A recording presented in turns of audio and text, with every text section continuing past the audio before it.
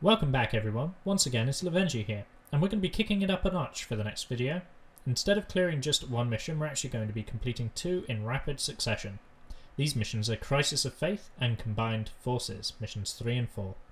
Neither mission is particularly hard when done the intended way, and I'll talk a little bit about what that actually is for each mission as we go through them, but they are time consuming, and as RTS games can take up an awful lot of time as it is, we're avoiding that. I want to keep these videos as short as I can for now, knowing that some of the missions that await us later on in the game are going to be quite long. With that said, let's get to it. So as we mentioned, we're about to begin Mission 3, Crisis of Faith, and that's going to introduce a new unit to us, that is the Preacher. He is a kindly fellow who doesn't partake in fistfights of his own volition, and instead waves a book around, but his mighty waving of a book actually converts followers to the opposite side. The flyby mode is showing us how it wants us to do the mission. Praying at that totem, we'll cast an erode spell and level that mountain so we can get to the Preacher training hut. We're going to do none of that.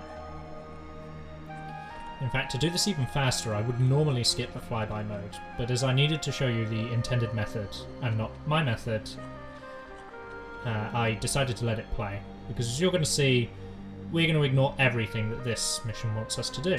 And we're just going to take the Shaman, and we're going to abuse some AI.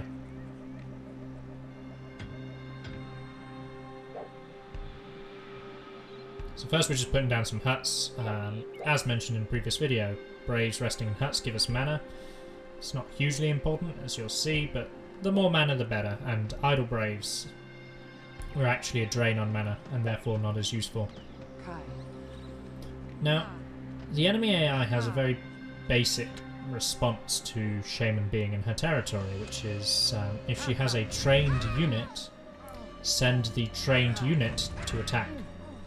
So this could be a warrior or a fire warrior. If there is a trained warrior or a trained fire warrior and you're in her territory, she'll send one of them to attack you.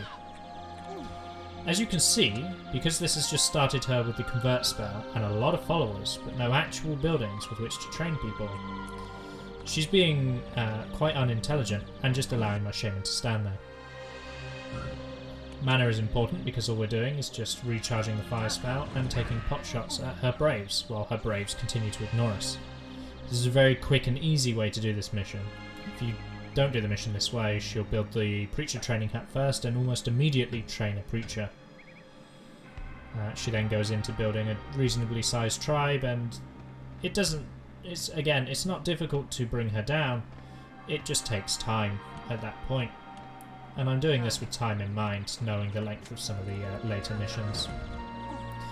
So she finishes the hut and we just move forward. If I didn't let the flyby mode play, you'd be able to stop this before the Preacher hut finishes. But we've now killed enough followers that she's gone into desperation mode, because she doesn't have a hut to produce new ones. So we kill off the last of her Braves, and then we're going to run away.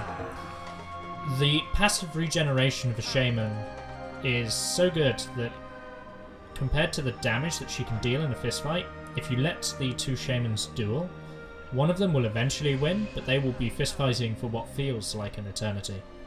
And it really is a long time. So we're actually reinforcing with the followers here, just to get a nice, quick, easy win. And in a few seconds she'll die, and that will be our victory. Very easy mission when done this way. Not particularly hard when done the other way, but much longer.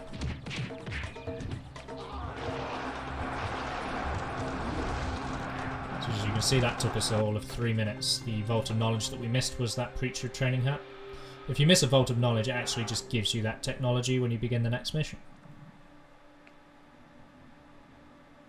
So now we're going into Mission 4, Combined Forces.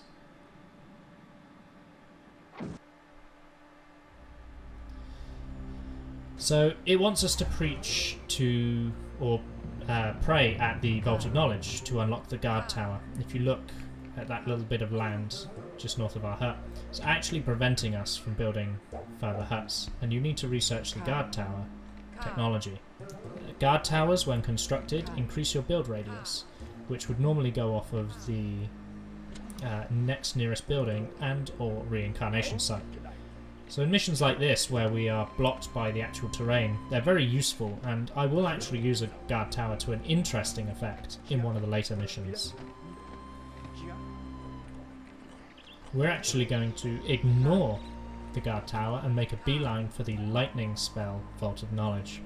You've seen this spell before in the first mission. It does a lot of damage to infantry and removes 1 wood stage of HP.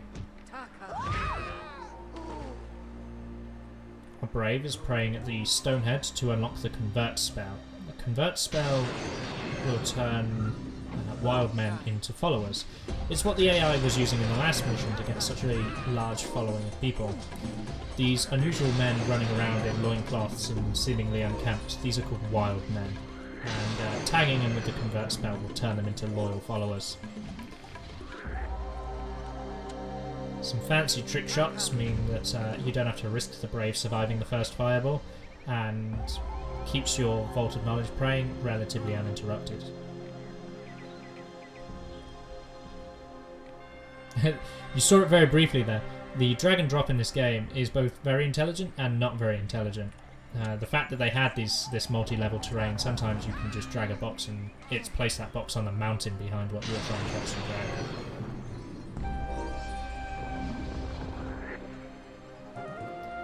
So I had a moment of thinking about how I wanted to do this mission. Did I just want to take the lightning spell and then do the rest of it normally? And after that failed wild man convert, I really should have. But I decided to keep going on with the rush anyway. So wild men rushes are a common way of dealing with some of the more difficult elements of the mission. And we're just going to remove the wood stage from the warrior training hut so that they cannot train warriors. And we're going to go in with our pitiful following of men. And start some fights.